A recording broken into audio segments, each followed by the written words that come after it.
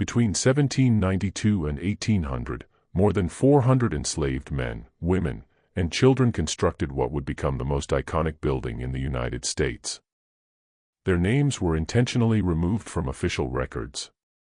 Their bodies were laid to rest in unmarked graves scattered across the District of Columbia. For 2 centuries, the government maintained that these omissions weren't accidental, they were deliberate policy. In 1901, a restoration crew uncovered something beneath the East Wing's foundation that prompted the superintendent to immediately halt all excavation. The workers were sworn to secrecy. The discovery was reburied within hours. What they unearthed suggested the original construction involved far more than simple labor exploitation. It pointed to the systematic concealment of deaths that occurred under circumstances the young republic could never afford to acknowledge. Tonight, you'll hear what those records actually contained. But before we continue with the story of how America's greatest symbol was built upon suffering that was deliberately hidden from history, I want to ask you something. If you're listening from Washington, D.C., Virginia, Maryland, or anywhere else in the United States, drop a comment telling us where you're from. These stories belong to all of us, and knowing where our listeners are connecting from makes this community even stronger. Now, subscribe to Horror Echoes so you never miss the dark chapters of American history they tried to bury. Let's uncover the truth together. The 1901 discovery wouldn't be the last time someone stumbled upon evidence of what truly happened during those 8 years of construction. But to understand why those findings were so dangerous, you first need to know how the project began, and who was really forced to build it. Philadelphia served as the nation's capital in 1790, but the Residence Act passed that July mandated a new federal district along the Potomac River. President Washington personally selected the exact location in January 1791, 10 miles square, carved from land ceded by Maryland and Virginia. The site was hardly the grand landscape depicted in later paintings. It was malarial swampland, thick with mosquitoes, brutally humid in summer, and dotted with scattered tobacco plantations worked by enslaved people who had been farming that soil for generations.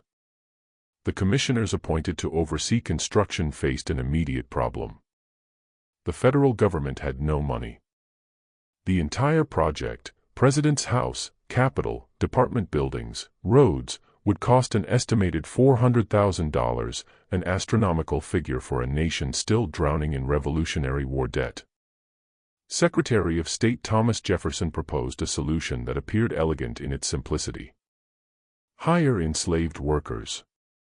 Their masters would be paid a rental fee, typically $5 per month per enslaved person, while the workers themselves would receive nothing beyond basic food and shelter. This arrangement, Jefferson argued in a letter dated March 1792, would keep costs manageable while ensuring the work proceeded without delay or complaint. Chief architect James Hoban, an Irish immigrant who had designed several prominent buildings in Charleston, submitted his plans for the President's House in July 1792. His design drew heavily from Leinster House in Dublin, featuring Georgian symmetry and ambitious scale. When Washington reviewed the plans, he insisted the building be made even larger, 1/5 bigger than Hoban's original proposal. This expansion would require substantially more labor, more materials, and considerably more time. The commissioners sent notices throughout Maryland and Virginia. Masters could hire out their enslaved workers to the federal construction project. The compensation was reliable, and the government promised to return the workers unharmed. That promise would prove worthless. By November 1792, approximately 150 enslaved workers had been assembled at the construction site. They came from plantations throughout the region, from Loudoun County, Charles County, Montgomery County, Prince George's County. Their masters' names appear in the commissioners' payment ledgers. Daniel Carroll, Notley Young, Samuel Davidson, William Brent. But the workers themselves were listed differently. The ledgers record only first names, sometimes not even that. Just Negro man or Negro boy, followed by an age estimate. Tom, age 23. Peter, age 19. A boy called Harry, perhaps 14. A man named Len, who the records suggest was over 50, too old for such punishing work, but hired out anyway because his master needed the monthly payment. The work began immediately, even as winter was approaching. The first tasks involved clearing the site, removing trees, draining swampland, excavating the foundation. This meant working waist-deep in freezing mud with nothing but shovels, pickaxes, and raw strength. The commissioner's letters from that first winter make brief mention of difficulties with the Negro labor due to weather, but provide no details about what those difficulties actually entailed. A note dated December 14, 1792 refers to the replacement of 3 workers who could not continue, without explaining why, or what became of them. One worker who did leave a trace in the records was a man named Isaac, hired from a plantation owner named Samuel Hanson. Isaac was a skilled carpenter, one of several enslaved craftsmen brought to the project because their expertise was essential. The commissioner's correspondence shows Isaac worked on interior carpentry throughout 1793 and 1794, and that Hanson received payment for Isaac's labor through November 1794. Then Isaac's name vanishes from the ledgers. No note of his return to Hanson's plantation. No record of sale or transfer. Simply absent from the documents, as though he had never existed. Another name that appears frequently in early records is Peter Lennox, a quarryman enslaved by Martha Custis Peter, step-granddaughter of George Washington. Lennox was tasked with supervising stone cutting at the government quarry in Aquia, Virginia, where the cream-colored sandstone for the president's house was extracted. The quarry work was among the most dangerous. Massive blocks of stone had to be cut, lifted, and transported without modern equipment. A single mistake could crush a man instantly. Lennox's name appears in payment records through 1796, noted as reliable and skilled. After 1796, he too disappears from the documentation. The commissioners, Thomas Johnson, Daniel Carroll, and David Stewart, rotated through various appointments, but their correspondence reveals a consistent anxiety about the project's timeline.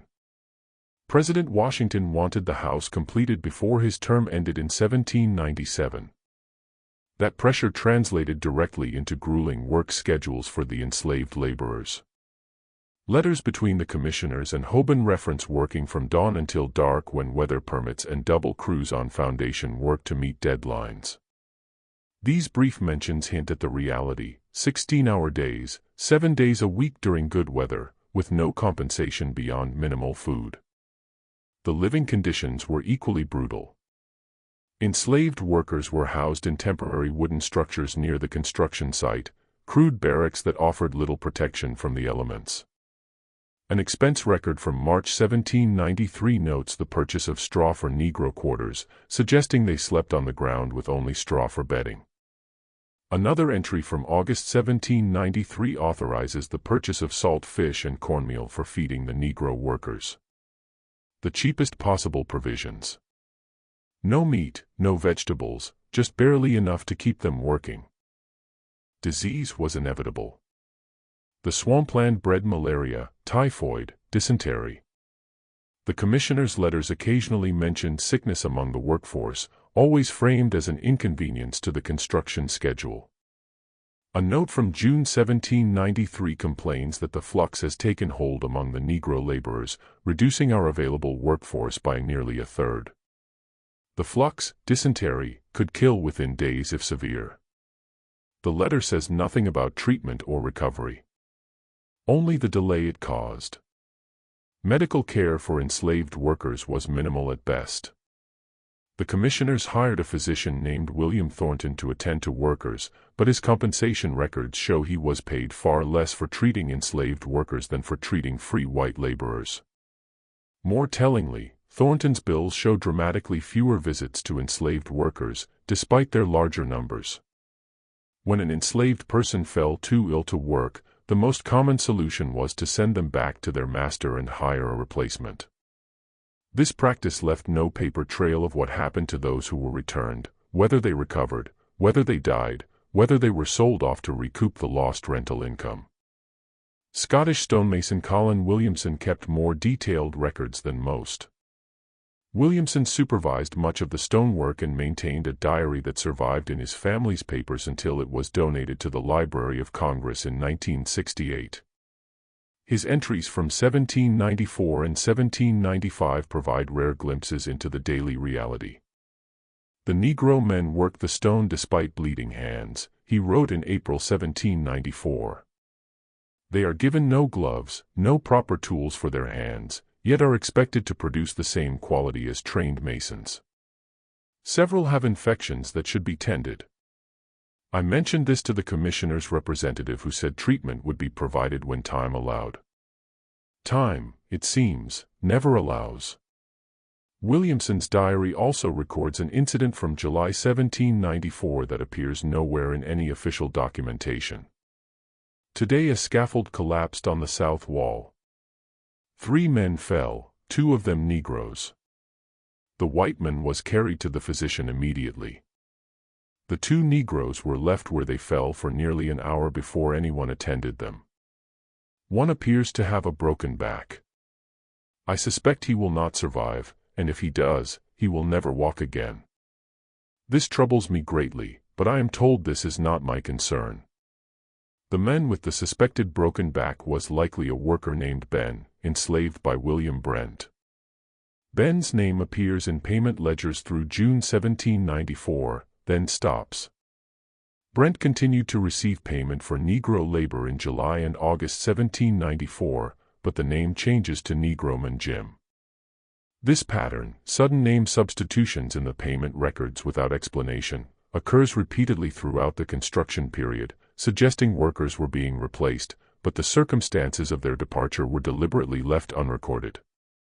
By 1795, the structure's shell was largely complete, but interior work would take several more years. The project expanded to include not just the president's house but also the surrounding landscape, roads, and ancillary buildings.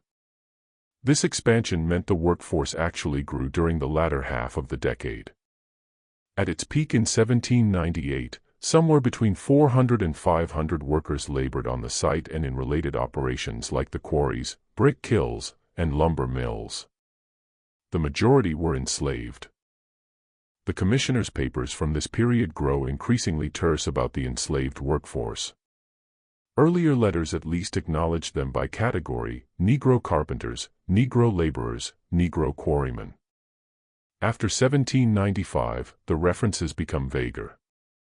Workers hired from area plantations. Contracted labor.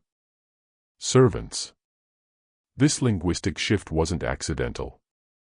As the project gained prominence and public attention, the commissioners became more careful about how they documented the workforce's composition. They understood, even then, that the optics were deeply problematic. Here was the house of the president, the symbol of the new republic, being built by people who had no freedom within that republic. George Washington himself visited the construction site multiple times throughout the 1790s. His diary entries about these visits focus on architectural progress and timeline concerns. He never once mentions the enslaved workers, despite the fact that they made up at least 70% of the workforce. This omission speaks volumes about how the founders chose to see, or not see, the labor that built their institutions. The white laborers on site, immigrants mostly from Ireland and Scotland, were paid actual wages. Typically $1 per day for skilled craftsmen, 50 cents for ordinary laborers. They could leave if they chose. They could complain about conditions. They had names in the records that included surnames, places of origin, next of kin. When they were injured, they received medical care and compensation. When they died, they were buried in marked graves and their families notified. None of this applied to the enslaved workers. They had no choice, no voice, no recourse. They built that house stone by stone, brick by brick, knowing they would never walk through its doors as anything but servants. Knowing their children would inherit their chains. knowing their names would be forgotten while the names of architects, commissioners, and presidents were being etched into history books. But some of them left marks anyway. Small, deliberate acts of presence that would only be discovered centuries later. In the spring of 1796, James Hoban reported a problem to the commissioners. Several stone blocks being set into the north wall bore strange markings, shallow scratches that appeared deliberate rather than accidental damage from quarrying or transport. Hoban's letter, dated April 3, 1796, describes them as crude symbols or letters, purpose unknown. He asked whether the blocks should be replaced or simply turned inward so the markings wouldn't be visible. The commissioner's reply, dated April 10, instructed Hoban to turn the stones inward and continue construction. The markings are likely meaningless scratches from handling, the letter states. There is no need to delay work for such trivialities. The incident was considered closed. But the markings weren't meaningless. They were names. Enslaved workers with stone-cutting skills had carved their names, or sometimes just initials, into blocks they had shaped. The carvings were subtle, easily dismissed as accidental marks unless you knew exactly what you were looking for. They were acts of extraordinary courage, because if discovered during the carving itself, the punishment would have been severe. But they did it anyway. These men whose names appeared in ledgers only as Tom or Peter or Negro men, they carved TH and PL and sometimes full names like Isaac into stone, then sent those stones to become permanent parts of the president's house. It was their way of saying, "We were here. We built this. Remember us." Hoban never reported finding additional marked stones, which suggests either he stopped noticing or stopped reporting. Given the commissioner's dismissive response, the latter seems far more likely. Why bother the commissioners with something they had already deemed irrelevant? The marked stones weren't discovered again until 1902, during Theodore Roosevelt's renovation of the building. Workers removing plaster from interior walls found stones with their carvings turned inward, exactly as Hoban had been instructed to place them.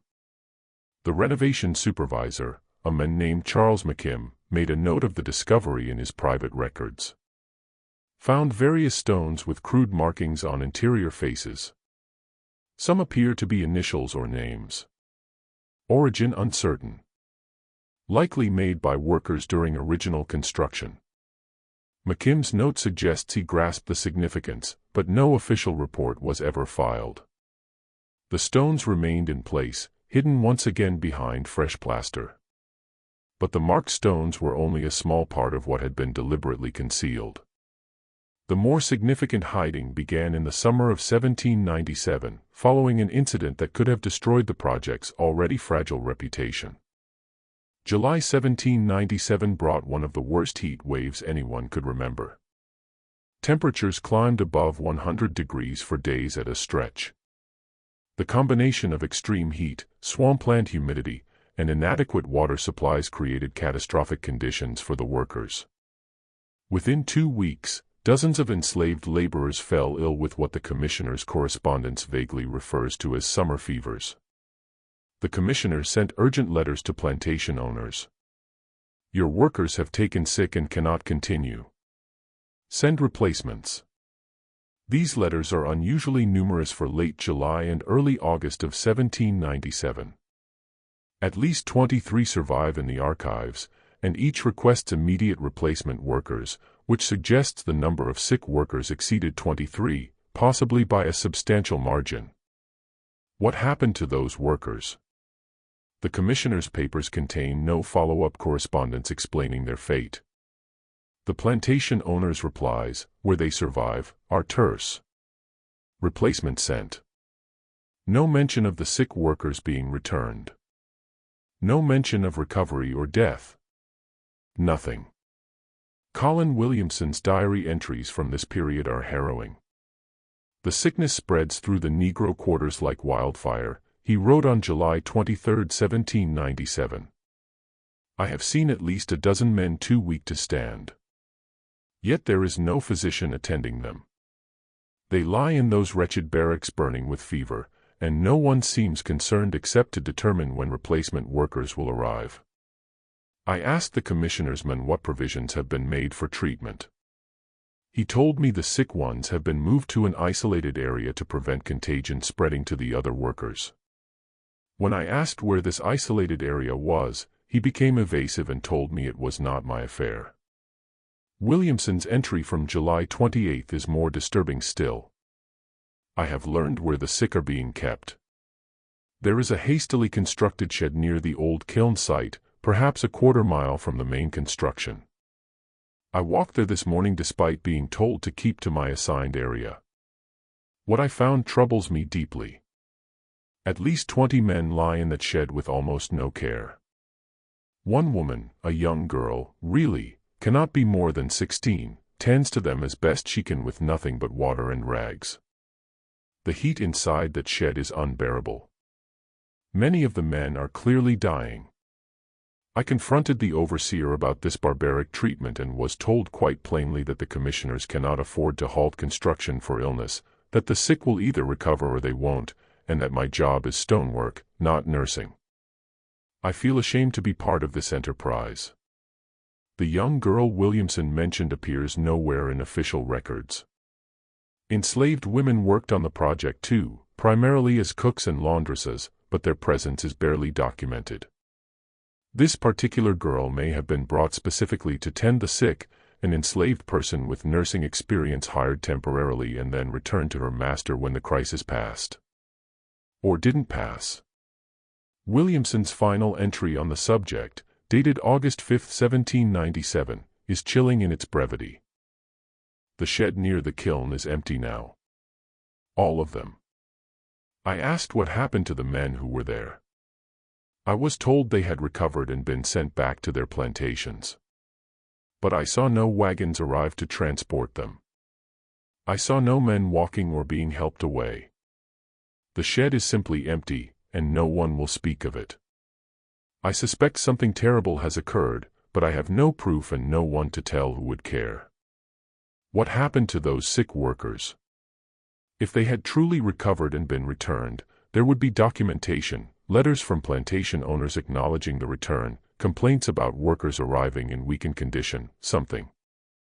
Instead, there is silence. A void in the records where answers should be. One of the few surviving plantation owners' letters from this period provides a troubling hint. Samuel Hanson, the man who had hired out Isaac the carpenter, wrote to the commissioners in September 1797, inquiring about 3 of his enslaved workers who had been sent to the project in June. I have received payment for their labor through July, Hanson wrote, but they have not been returned as I expected when I sent replacement workers in August.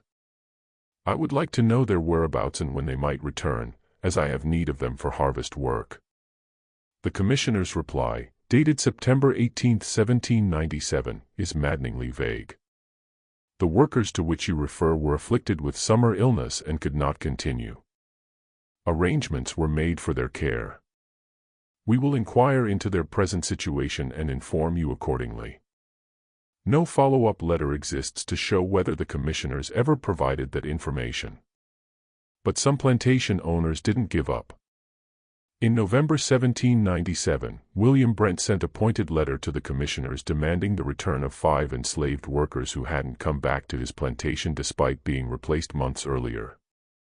I have lost use of 5 able workers for which I continue to receive payment, yet the workers themselves have not returned. This arrangement cannot continue. I demand either the return of these workers or an explanation of why they cannot return, along with compensation for their loss if they have died in federal service. This letter hit a nerve. The commissioner's reply came within 3 days, unusually fast, and its tone was defensive. The workers to which you refer met with unfortunate circumstances during their service. Death occurred despite best efforts at treatment. We regret this outcome, but note that the work they were engaged in carried inherent risks which were known when they were contracted. Payment to you for their labor will cease as of November 1, 1797. No additional compensation can be provided. So at least 5 of Brent's workers had died. The commissioners admitted as much when forced to. But no details were provided about how they died, where they were buried, or whether their families had been notified. The letter treats their deaths as an unfortunate but unremarkable business matter. The workers died, the rental payments stopped, and the matter was closed. How many others died? The commissioner's admission regarding Brent's 5 workers suggests that deaths were occurring but being deliberately obscured in the records. If deaths were mentioned only when a plantation owner specifically demanded answers, how many deaths went entirely unreported simply because no one with standing bothered to ask? The architectural historian who would later analyze these documents, a man named Benjamin Latrobe Jr., son of the famous architect, estimated in an 1882 private letter that between 30 and 50 enslaved persons likely perished during the president's house construction, though official records acknowledge no such thing. Latrobe based this estimate on gaps in the payment ledgers, sudden name substitutions, and the unusually high number of replacement workers requested during certain periods, particularly the summer of 1797. But even Latrobe's estimate might be conservative. If 50 people died during 8 years of construction with hundreds of workers employed, that would actually represent a remarkably low mortality rate given the conditions. Other large construction projects of the era, canals, fortifications, harbor works, regularly saw mortality rates of 10 to 15% among enslaved workers. If that rate applied to the president's house, with an estimated 400 to 500 enslaved workers cycling through the project, the death toll could have reached 40 to 75 people. Where were they buried? This question leads directly to the discovery that a superintendent made in 1901, the one that caused an immediate halt to excavation and sworn secrecy among the crew. The restoration project that year involved reinforcing the East Wing's foundation.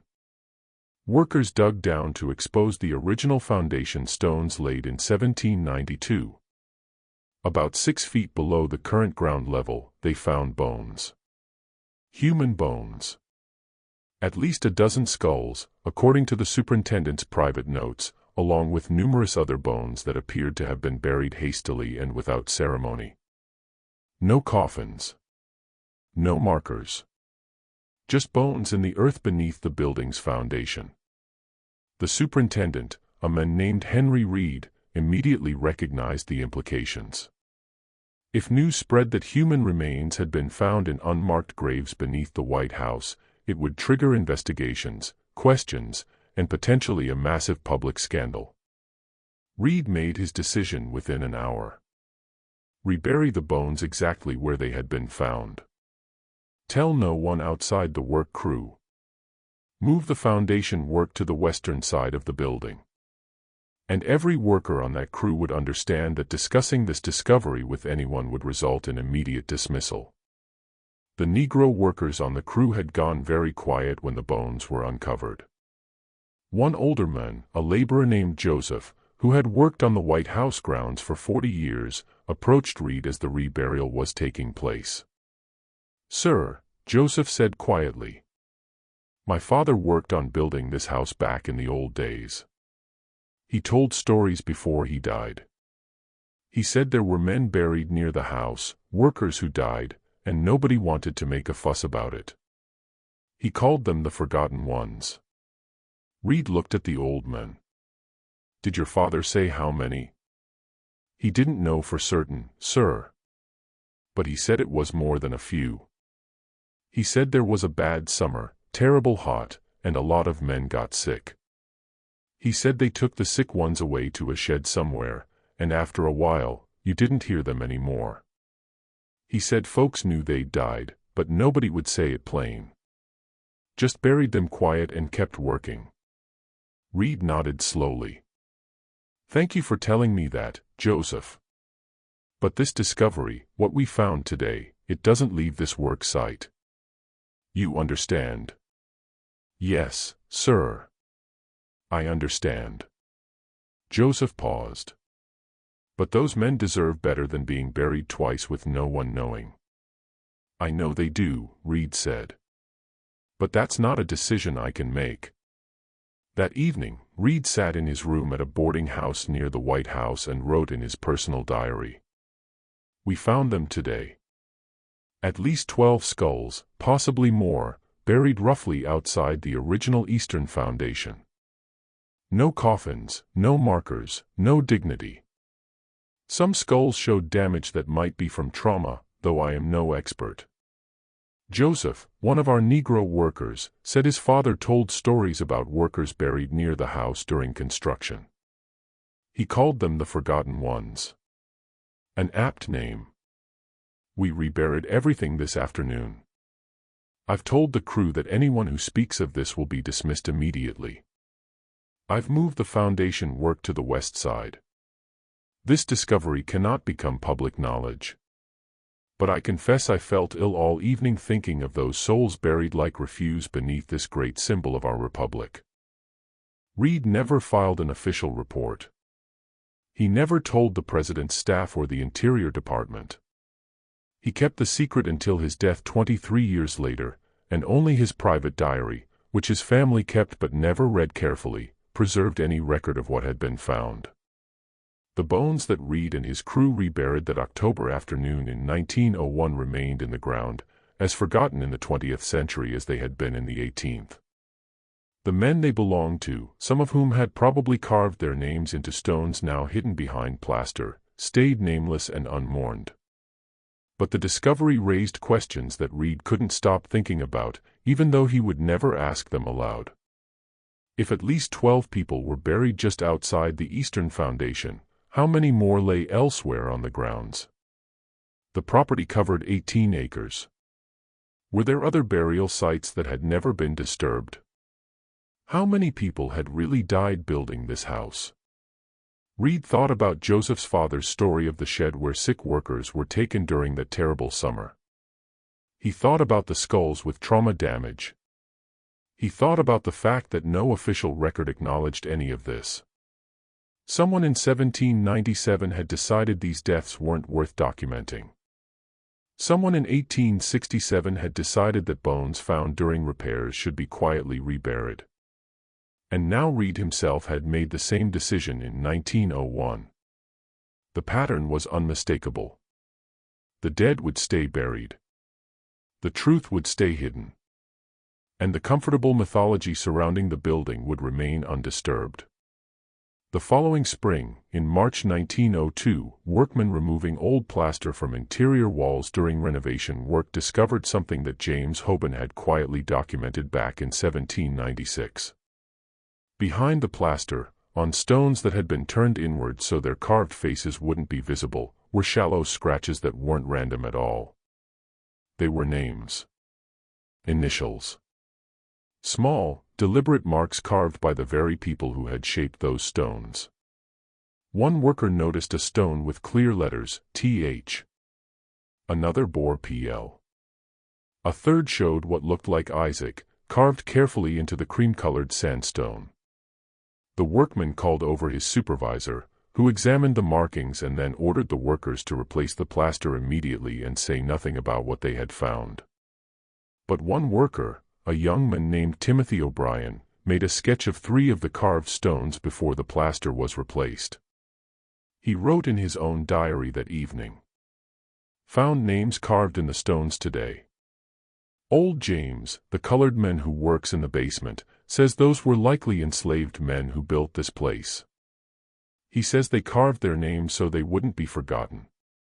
Supervisor told us to cover them back up and not talk about it.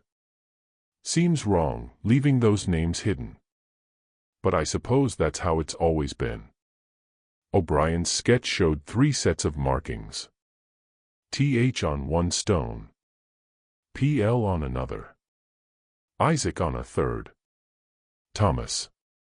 Peter Lennox. Isaac. Names that had appeared in the commissioner's payment ledgers a century earlier, now rediscovered, carved in stone, and immediately hidden again. The plaster was replaced that same afternoon. The names were covered once more. Within a week, everyone had stopped thinking about those carved stones, if they had thought about them at all. Theodore Roosevelt, who occupied the White House during these renovations, was never told about the bones found the previous year or the carved names discovered that spring. The information was deemed irrelevant to the president's concerns. Superintendent Reed had kept his silence, and the renovation supervisors saw no reason to break it. By the summer of 1902, all the renovation work was complete. The White House looked magnificent, its structure reinforced, its interiors refreshed. Visitors admired the building's beauty and historical significance. Tour guides told stories about the architecture, the presidents who had lived there, the important decisions made within its walls. No one mentioned the bones buried on the grounds. No one spoke of the names hidden in the walls. No one acknowledged the price that had been paid to build this symbol of American democracy. In plantation communities throughout Maryland and Virginia, elderly people still told stories about grandparents or great-grandparents who had gone to work on the president's house and never came home. These stories were passed down through generations, preserved in African American families even as they vanished from official history. But by 1902, most of those elderly storytellers had died. Their children remembered fragments of the stories, but details grew vaguer with each generation. Names were forgotten. Specific incidents blurred together. The truth became harder to separate from embellishment or confusion. Celia Robertson had died in 1889, and her carefully hidden writings about her grandfather Thomas's experiences remained secreted away, unknown to anyone outside her immediate family. Herbert Bancroft's deleted manuscript section sat untouched in a box in his study. Benjamin Latrobe Jr.'s unpublished book gathered dust in a university storage room. The White House steward's 1867 letter to his brother about finding bones had been discarded after his brother's death. Henry Reed's diary sat on a shelf in his bedroom, unread by anyone. The truth existed, scattered across dozens of documents and memories and hidden artifacts. But scattered truth is invisible truth. Without someone to gather the pieces, to insist they mattered, to force the uncomfortable questions, the truth might as well not exist at all. In the Negro neighborhoods of Washington, some people still knew differently. Old folks would point toward the White House and say, "My people built that. Built it with their own hands and got nothing for it. Some of them died building it and got buried right there on the grounds. But you won't read about that in any book." Their grandchildren and great-grandchildren heard these claims but didn't always believe them. The stories seemed too painful, too accusatory against the nation's greatest symbol. Surely, if enslaved people had built the White House and died in the process, it would be in the history books. Surely the government would acknowledge something that important. But it wasn't in the history books. The government didn't acknowledge it. The stories were true, but they existed only in oral tradition among the descendants of the enslaved, while written history told a different, cleaner tale. This is how truth dies. Not in one dramatic suppression, but in 1,000 small decisions to look away. To stay silent. To prioritize comfort over honesty. Herbert Bancroft removing his section rather than losing his payment. Henry Reed reburying the bones rather than creating scandal. Renovation supervisors ordering plaster replaced over carved names rather than acknowledging their significance. Each decision seemed reasonable in isolation. Each person who chose silence had understandable reasons. But the accumulation of all those reasonable decisions meant that people who had built the White House with their own hands, who had died in the process, who had carved their names in stone hoping to be remembered, those people were forgotten anyway. The White House still stands, more than a century after those bones were found and reburied. It stands on foundations laid by people whose names were erased from history. It was built with labor that was never compensated, never acknowledged, never honored. And for generations after 1902, the comfortable mythology persisted, because the truth had been buried too many times, too deeply, by too many people who chose not to see it. This story shows us how historical truth can be methodically erased through seemingly reasonable decisions. How institutional silence can be more powerful than active censorship. And how people can build the most famous symbols of a nation while remaining utterly invisible themselves. It shows us that the cost of maintaining comfortable myths is often paid by those who have no voice to protest, no power to demand remembrance, no way to make history acknowledge they ever existed. What do you think happened to all those workers whose names disappeared from the records? How many do you think really died? Leave your theories in the comments below. If you found this story as haunting as it truly is, subscribe to Horror Echoes, hit the notification bell, and share this with someone who needs to hear these forgotten stories. See you in the next video.